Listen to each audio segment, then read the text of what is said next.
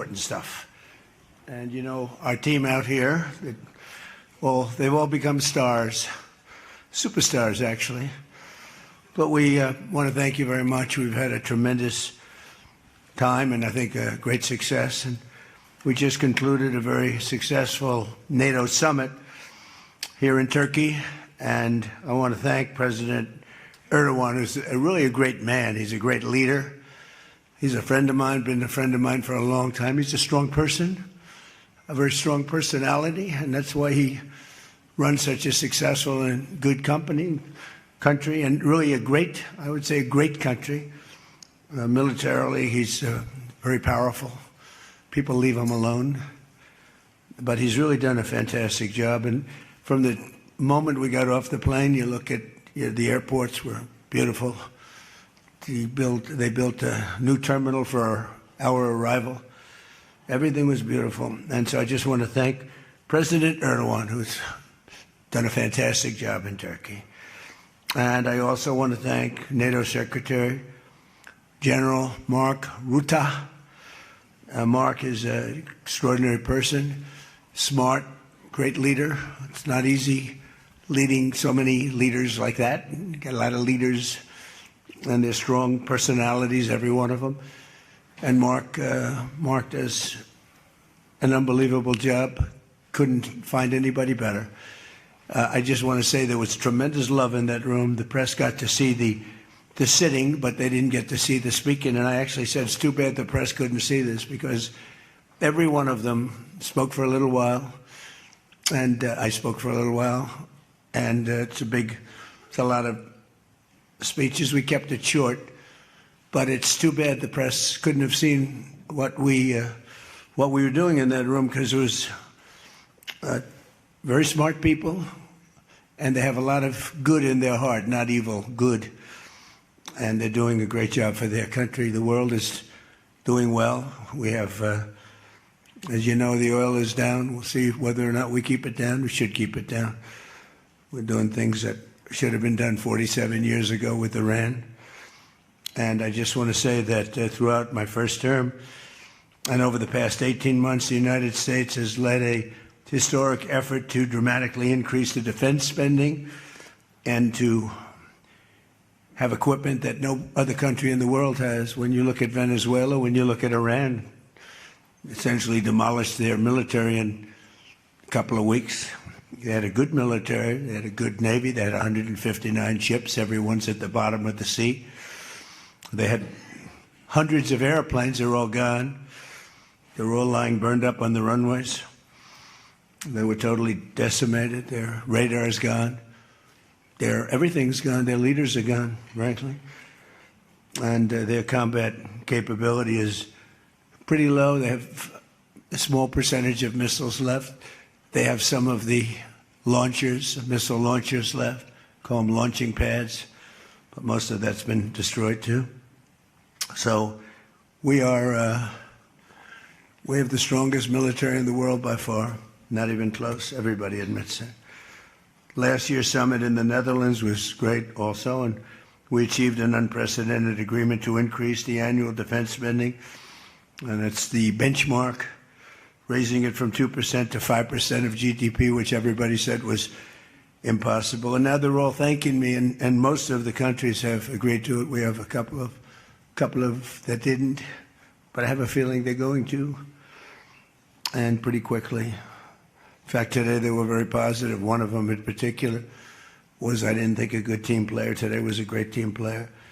As all of the leaders understand very well, the United States remains by far the largest contributor to NATO, monetarily and maybe otherwise, and the strongest military anywhere in the world. And they respect us as a country. Again, they didn't respect us 2 years ago. They laughed at us. NATO laughed at us. Everybody laughed at us. They don't laugh anymore. There's no more laughing. This year we invested a record $1 trillion in our armed forces, and we're going to be asking for $1.5 trillion coming up. We have the money being spent on the best equipment anywhere in the world. In the working session this morning, we discussed the progress other members are making toward the 5% target, and they're making great progress. Many of these countries are very rich, by the way. We don't have to feel sorry for them. But it doesn't mean they're properly protected. There's a big difference. Some have truly answered the call, and others are making big changes and will be answering the call. I think I can say in all cases they're going to be answering the call. And we'll be taking in over $1 trillion a year toward defense. And that's a tremendous amount of money. It's a big up. They were at 2%. They were actually at 1%. I got them to 2%. Then I wanted to get them to 5%. And we got up to 5% the last time. And they're, just again, if you could have seen the respect and the love in the room, and it's love really for the country, for our country. I don't want to say me because you'll say, oh, he's so conceited. He's such a conceited person. But they do. I mean, they like the job I'm doing. They said, sir, we love you. These are grown people saying that. Isn't that nice? Maybe, I don't know, maybe they're trying to get to me. And in the way they did, because there was tremendous unity in that room. And I urge all nations to accelerate their plans to get the benchmark as quickly as possible. The benchmark is going to be that 5% number. That's the number it should have been for years. As a result of the commitment we achieved last year, defense spending of other NATO members surged by more than almost $150 billion in 2025, and much of that money is being spent on American-made equipment. They all want American-made equipment.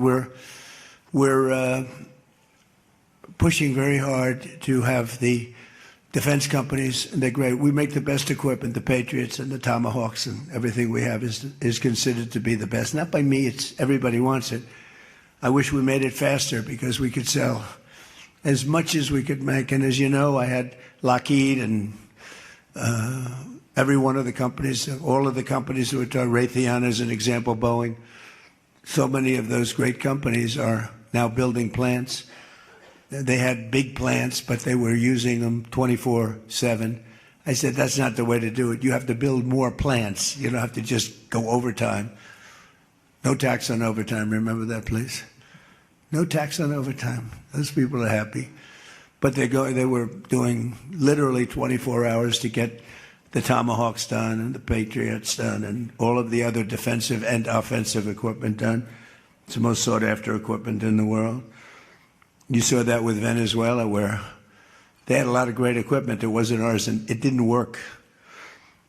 Our equipment works, but we have to produce it faster for other countries.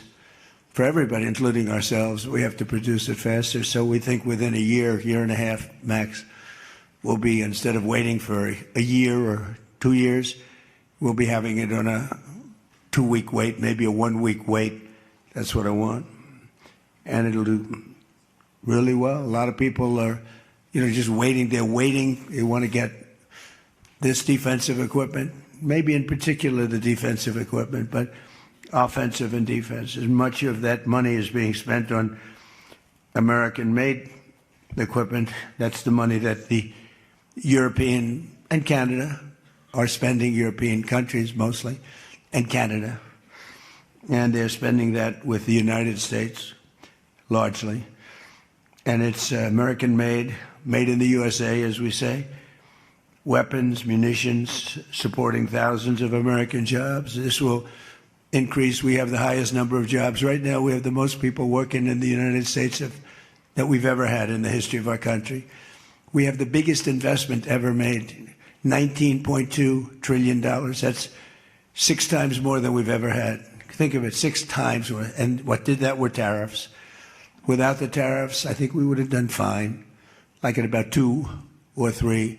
The last administration had much less than $1 trillion invested for 4 years. We have $19.2 trillion invested in 1 year. We haven't gone into the extra almost a half a year, 1.5 years. Those numbers won't come out for a little while. So we have 19.2 trillion, not billion, not million, trillion with a T, invested in plants and equipment that's being built all over the country. Eli Lilly is building plants, big Merck, all of them. The drug companies are building. The car companies are building like crazy. In fact, as you probably saw a big announcement yesterday, Toyota is leaving Mexico, and they're going to build one of the biggest car manufacturing plants in the world in Texas. That's because of the tariffs, because we don't mind if you build in Mexico, but if you build in Mexico, you have to pay 25% tariff. If you build in Japan, or if you build in any place, now China is a much higher tariff. It's 100% tariff because we don't want to lose our jobs. We don't want to have our workers lose their jobs. We have the largest number of plants being built for the most money ever in the history of our country. Car plants, AI plants, and all other plants, pharmaceutical plants, chips. We're not giving anything. All we're saying is, if you don't start, we'll give them a year and a half to 2 years to build their plant. If they don't have that, they have to pay 100%, 200%, even 250%. If they make a chip, or if they make a car, if they make pharmaceuticals. So the pharmaceutical companies are moving in at record levels. There's never been anything like what's happening. Let me put it a different way, put it to you in a more broad fashion. There has never been anything like has happened with this country or any other country in the history of the world. There has never been growth. There's never been manufacturing plants being built. We have so many being built. And in the big ones, like AI, some of the AI, we let them build their own electric plants. We force them to build. We don't want it because the old grid that we have wouldn't be able to supply it. They need, just as an industry, more energy than the entire country produces right now, when you think about it, which is incredible. So take all of the energy that the United States produces, and that one industry, which is so big, so powerful, it needs more than that. In fact, some people say almost double. So this was my idea. I said, you can never service that. You can't reinvigorate the grid. You can make it better, but nothing like that. You wouldn't be able to build. And we're leading China in AI, in just about everything. But we're leading China in AI. Even in TikTok, I was watching somebody say, oh, the TikTok deal, it's so bad well, because they say the deal was incredible, but they think the word that gets out is bad, except the numbers just came out, and I'm #1 on TikTok, and all I do is talk about communism, right? So it's sort of good. I used it to get elected, too. But, you have to get your word out.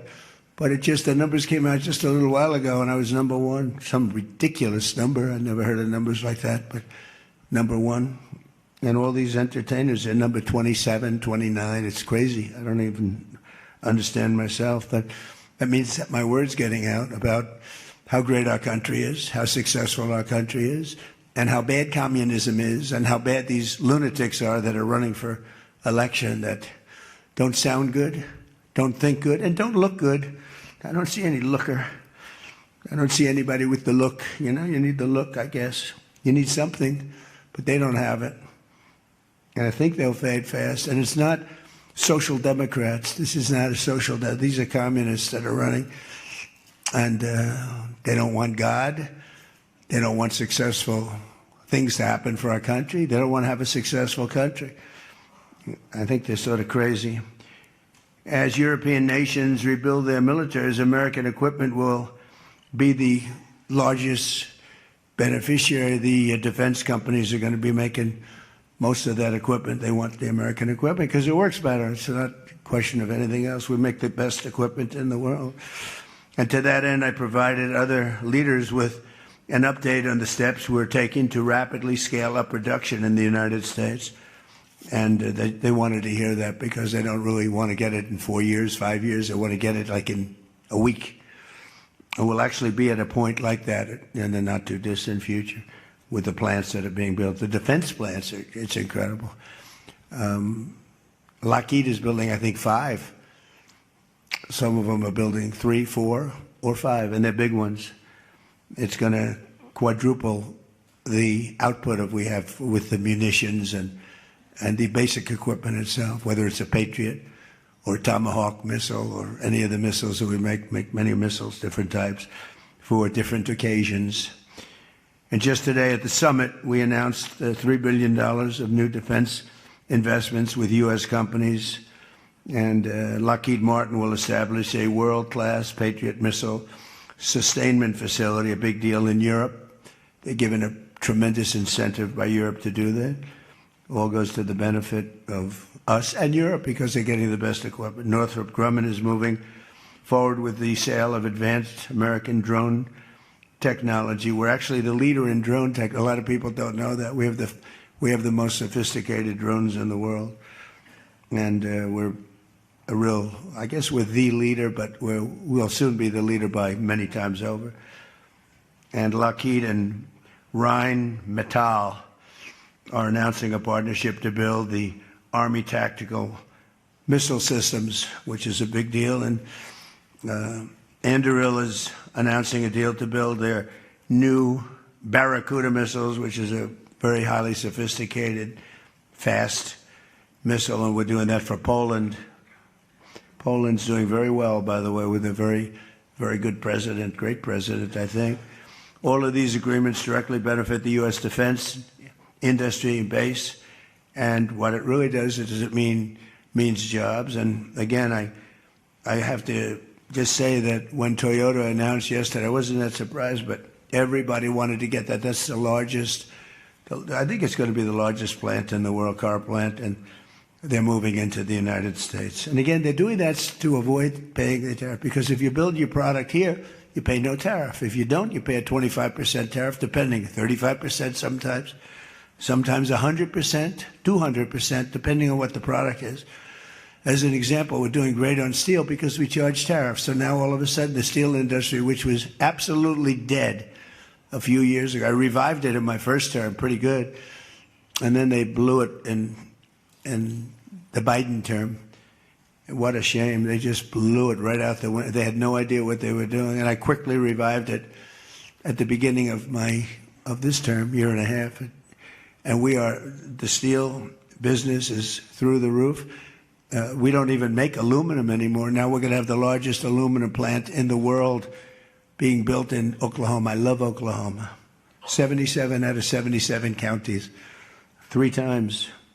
And it's great. It's a great state. They're going to be building the largest aluminum plant in the entire world in Oklahoma. It's starting very soon.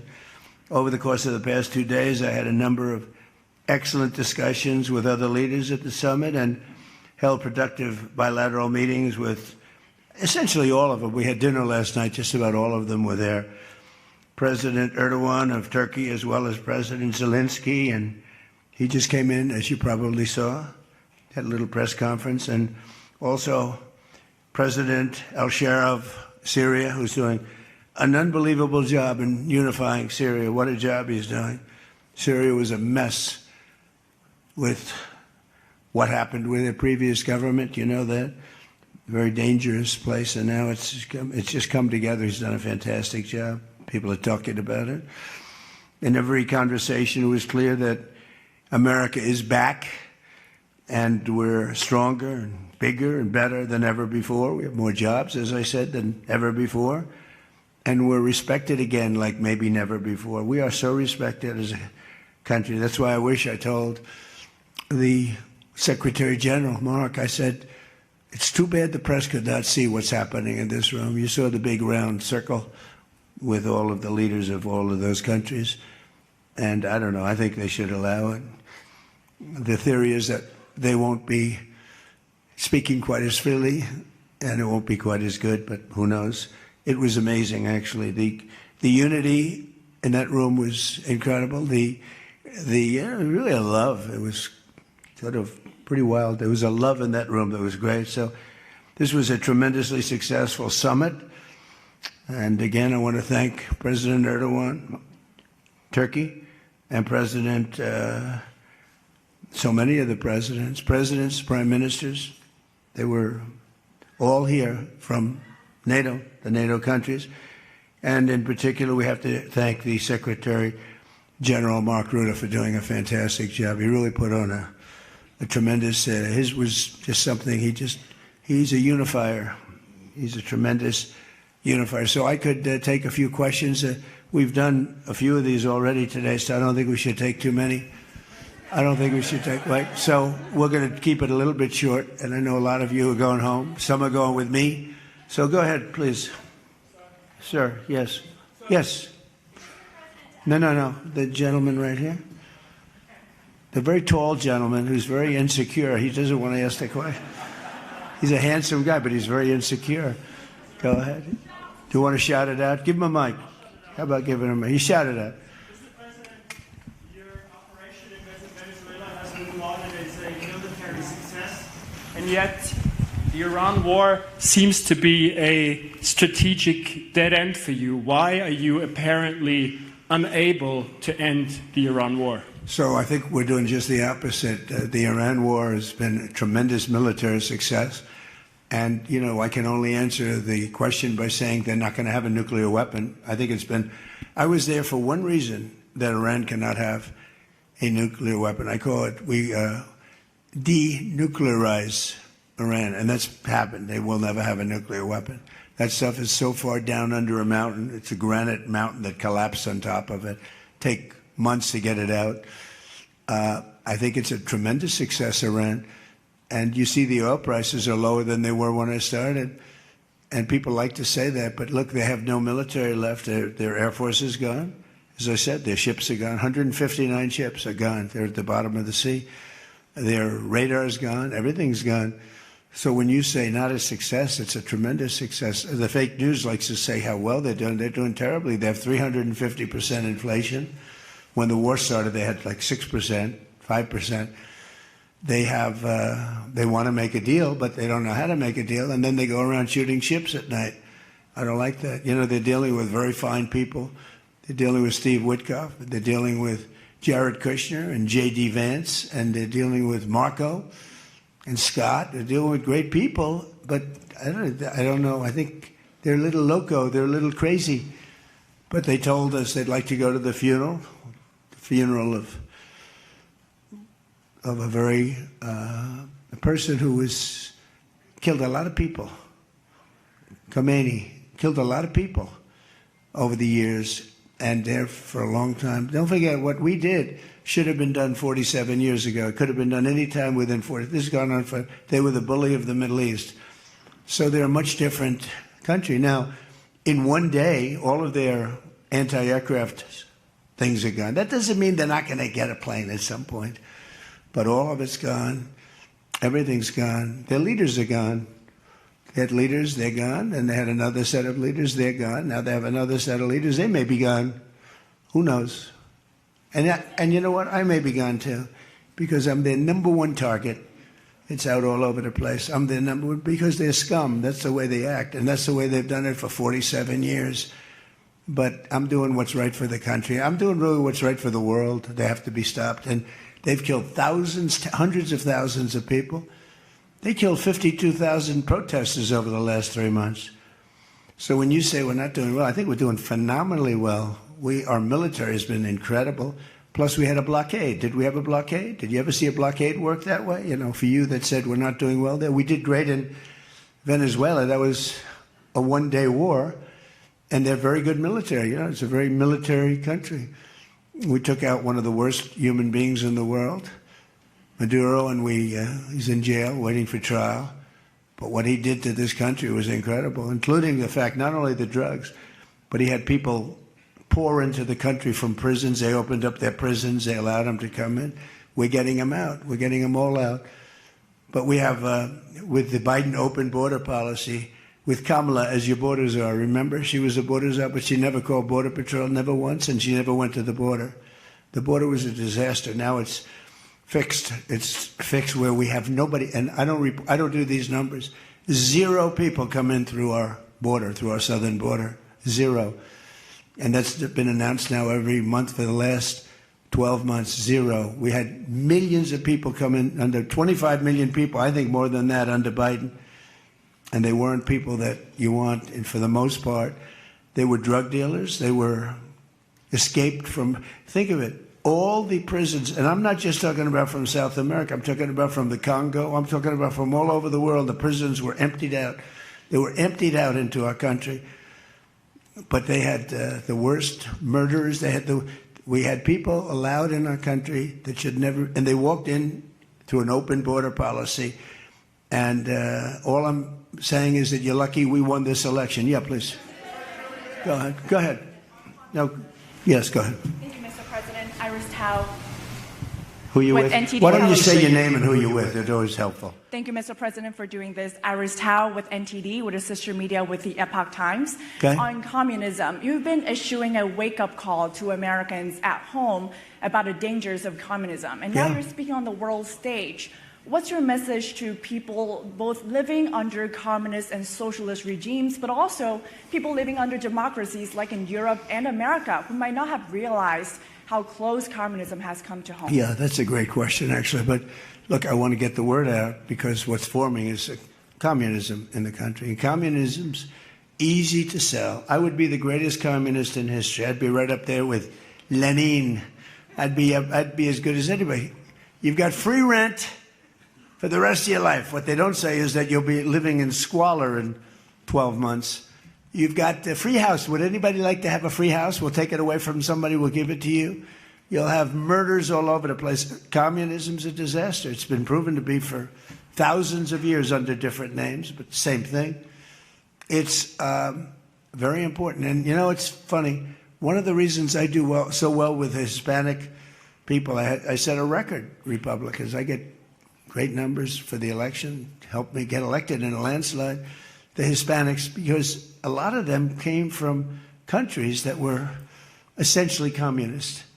You know, whether you call them radical socialist or communist is not that much, but there's a little difference. When they say social democrats, we're social democrats, it sounds so nice. It's not nice, it's a very dangerous term. So I do talk about it, and I talk about it on TikTok, and I talk about it everywhere. I talk about it here. And you're right, it has become international, but it's never worked, and it's not going to work. What is working is the United States. So think of it, we have more jobs than we've ever had. People are making more money than they've ever made. I'm talking about workers now. I'm talking about workers. They're making higher salaries than they've ever made before. It's just the best system, and it's got flaws, but everything's going to have a little flaw, but it's been amazing. And when I watch what's happening, and I see these lowlifes getting, I mean, they're lowlifes. I watch them. I know good people. I know quality people. These are essentially lowlifes. And when I see what they're talking, I think they're very dangerous in many ways. And I've said it. And then I said, boy, that's a pretty big statement. Then I realized, you know, a couple of people said, I think you're probably right.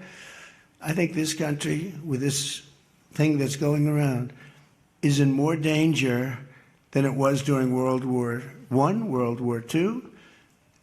If you talk about September 11th, if you talk about Pearl Harbor, that was big danger. I think the concept of us going communist, because one thing that happens when you go communist, you never come back, never comes back. You die in squalor. You die a horrible death. You die in squalor, and it gets very evil and very nasty. Yeah, please go ahead. Mr. President, Tyler Pager with the New York Times. Last month you said Iranian leaders were very rational people, nice people to deal with, strong people, smart people. Today you said they were scum, sick people, and being led by sick people. What changed, and do you think they're... I got to know them. So I've said that about a lot. Now, when you say rational, I think they're much more rational than level 1, level 2. Level 1 is gone, level 2 is gone. This is level 3. I think they are more rational, but based on their actions over the last week or two, they're not doing a service to the people. And I think more than anything else is I got to know them. And I'm not sure I want to make a deal with them. We can play games, but I'm not sure I want to make a deal. I just finished the job. Yeah, please, go ahead. Go ahead. Go ahead. Go ahead. Thank you, Mr. President. Steve Sedgwick from CNBC. The oil markets are up today, around about 7% for WTI and Brent as well. The world is taking you at your word, sir, that the MOU is over, that the ceasefire is over. What happens next, sir? Are we on the cusp of a full-scale return to full conflict? I'll tell you what happens next. We're never going to see Iran have a nuclear weapon, because that's much more important than the numbers you're talking about. The prices of oil are dropping like a rock.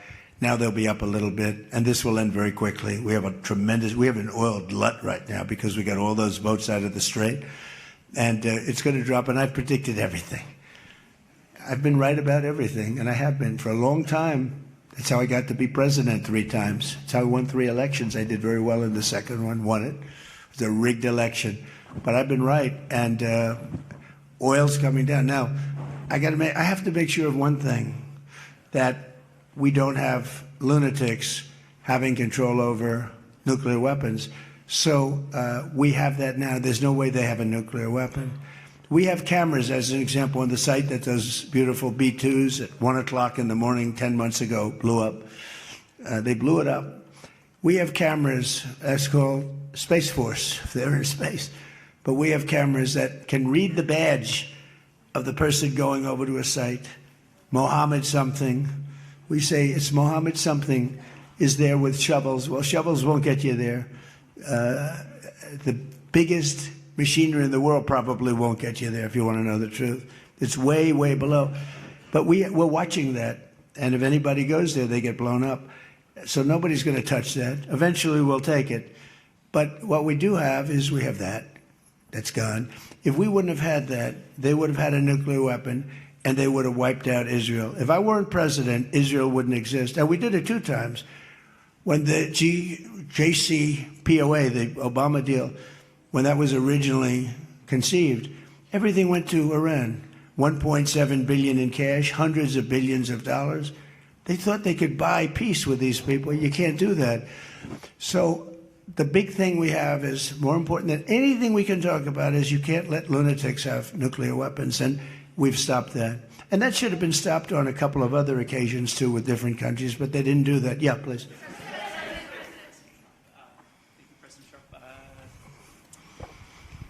Stephen Nelson from the New York Post. I'd like you to address speculation that you're leaving Ankara not in the new Air Force One because of security concerns involving Iran.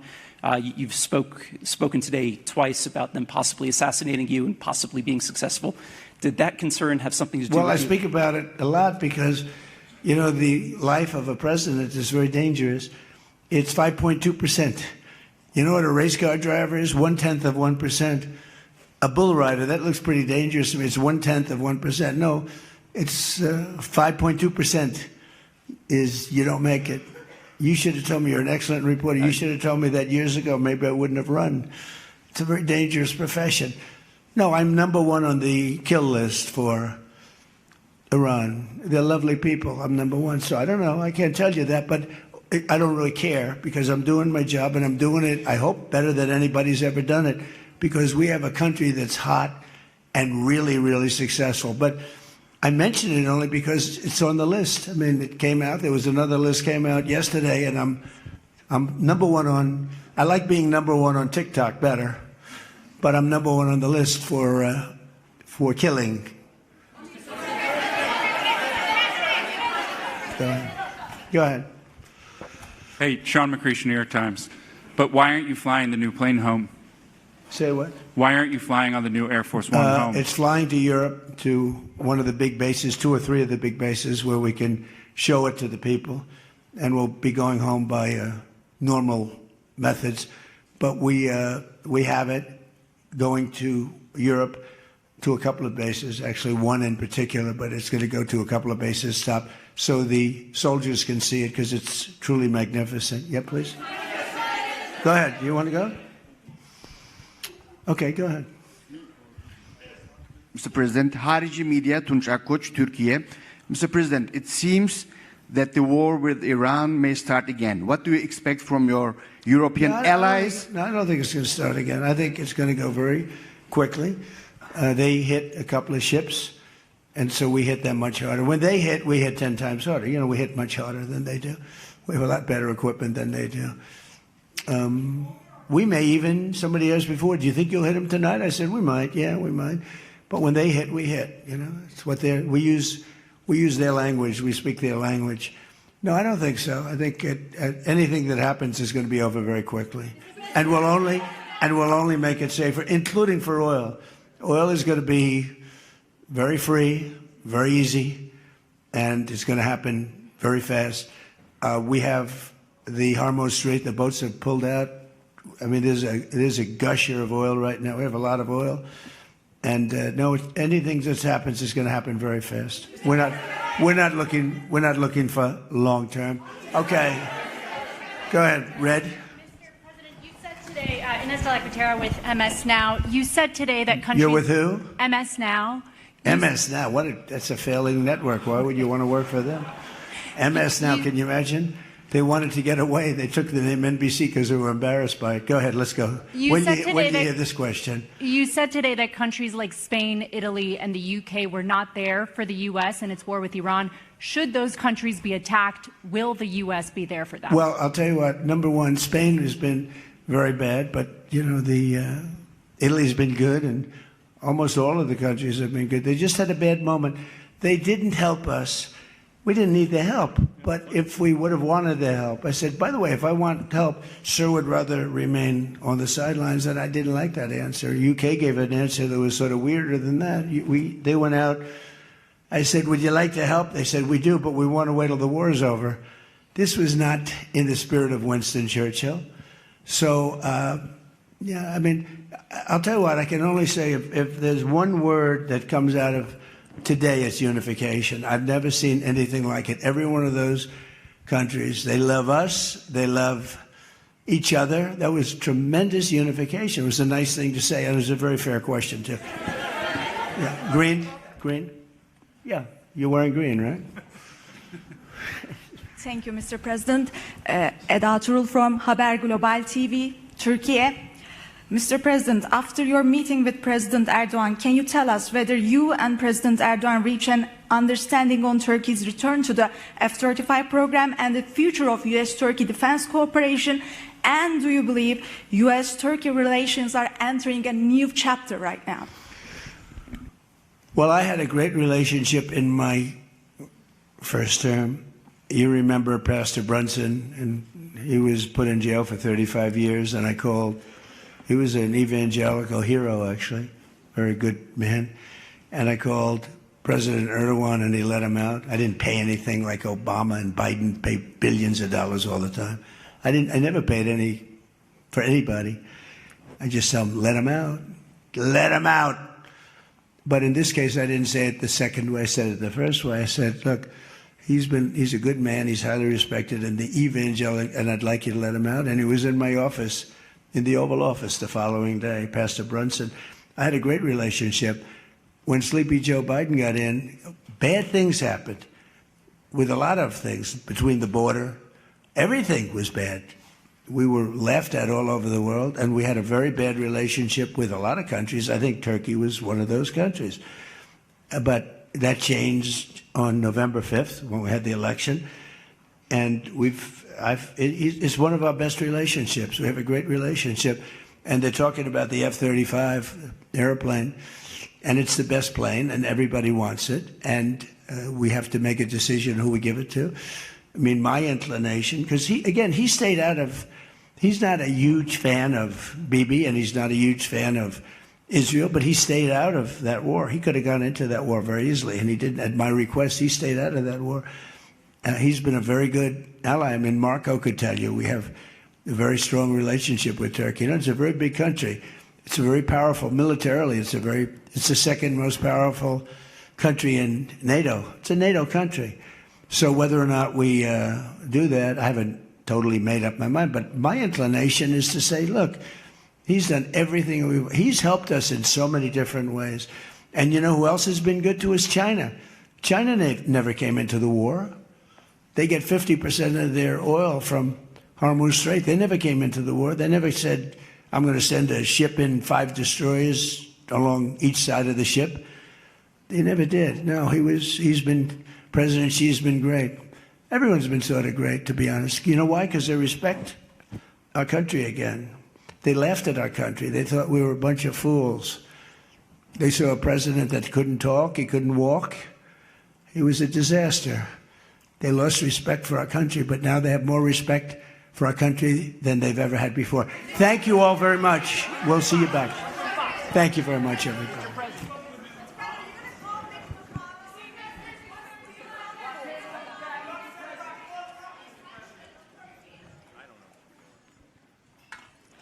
You've been listening to President Trump there at the NATO summit. This is day 2 of that summit in Ankara, Turkey, and the president is, of course, wrapping up his visit. But he just held a news conference, and he had a lot to say. Some positives, actually, about this summit. He called it a successful summit, said he held important meetings with world leaders, and said the word of the day when it comes to the summit and with those world leaders is reunification. And that's coming from a president who's had a lot of criticism when it comes to NATO allies. Now, a big topic, as you can expect, is this ongoing war with Iran. The president was asked a lot of questions about it, and he said that the regime is scum. That's the word he used for them, and said that the U.S. is doing well in this war. He said Iran's military, he always repeats this, he says it's been decimated, and kept saying that they no longer have a military, that all their ships are gone. He also said that anything that happens next will be very fast. He had mentioned earlier that there might be more strikes against Iran later tonight. So we'll see what happens there. And he did mention that the regime wants to make a deal, but that he is not sure if he wants to make a deal with them. The president has talked over and over again about how Iran will never have a nuclear weapon, and he said the goal right now is to make sure that doesn't happen. We'll have a lot more news for you here on CBS News 24/7 and reaction on the other side of this break. Stay with us. We'll be right back.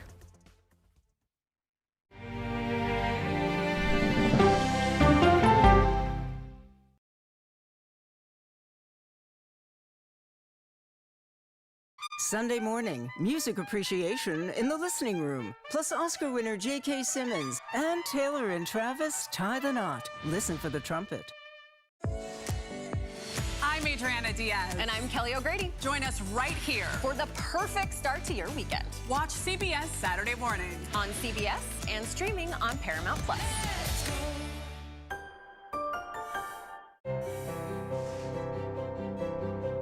The only way to get a 360-degree understanding of America is to get out there in America. There really is no swing at all when it comes to the priorities of everyday people.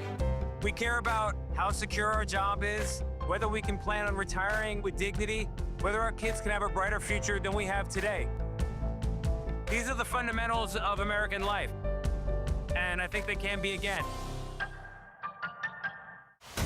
Eric Richins was found dead in his home. The family had been alerted by Eric that if something happened to him, to look at Corey. Why would Corey Richins want her husband dead? What jurors... Welcome back to CBS News 24/7. We just heard from President Trump at the NATO summit. He had a lot to say. And joining me right now, live from Turkey, is CBS News senior White House and political correspondent Ed O'Keefe. Ed, I know you were in that room for the news conference. Your top lines from what the president had to say. So busy out there. Mugo, we're still in this room. It's a little chaotic. The president was running about 3.5, 4 hours behind schedule. I think by the time everything was said and done, began the day with a pretty aggressive pushback on Iran, suggesting that the agreement with them has been tossed out. But then when he was here at this press conference, suggested, in fact, there isn't necessarily going to be a resumption of war.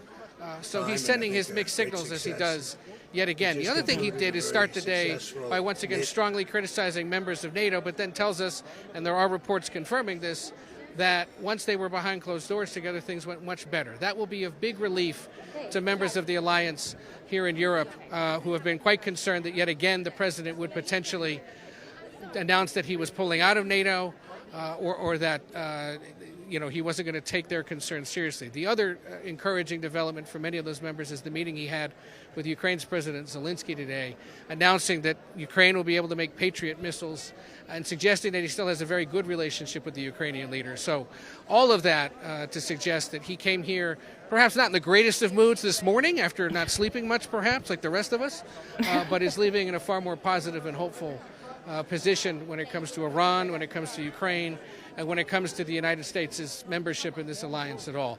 As you can see, Mugo, all these people who are blocking our view are essentially, including this guy, if I could get his attention, is, there we go. They're taking their seats because Turkey's President Erdogan is up next, and they've been eagerly awaiting his arrival. because President Trump took so long. So anyway, he is now headed back to the United States, notably flying on an older model of Air Force One, which he announced a little while ago, suggesting it's because they want to send the new one to a British base so that American forces there can see it. What he wouldn't deny is that there may be some concerns about flying this new aircraft that hasn't been entirely tested around the world through Turkey, so close to Iran, at a time that military operations have picked up again. There was also perhaps concern about leaving it here at all on the ground, and so it has gone off, and he will fly home in the, I guess now we call it old Air Force One, the light blue and white, that will take him first to the UK and then back to Washington later tonight. All right, Ed O'Keefe, thank you so much for the laugh today and for walking us through all that despite being in a very busy room. So much distraction. That's a pro right there. Ed, thank you. All right, let's move on now because former mayor and former White House White House Chief of Staff Rami Emanuel gave a speech in Tel Aviv just this morning, and he criticized and denounced Israeli Prime Minister Benjamin Netanyahu. He also called for an end to unconditional U.S. support for Israel at a time when Israel is losing it very rapidly. Let's go live now to our Chanel Call in New York for us today. Chanel, thanks for your time. Good to see you. You were listening to that speech earlier today. Can you talk to us about the significance of what Ram had to say? Well, Mugo, it's significant because this is someone who had a lot of high-profile jobs. You mentioned he was once the mayor of Chicago, also served in the Clinton White House. And I should also note this is someone who's Jewish. He says his father was born in Jerusalem. He's been a longtime defender of Israel. But today, in this speech that he made at Tel Aviv University, Ram Emanuel essentially denounced Israeli Prime Minister Benjamin Netanyahu and said the country's relationship and his perspective with the U.S. is at a crossroads. Listen. Today is a day for truth. The Prime Minister and his government have led Israel into a dead end. For too long, American policy towards Israel operated under the assumption that the best thing Washington can do for Jerusalem is to blindly, to silently stand behind your government, without conditions, without demands,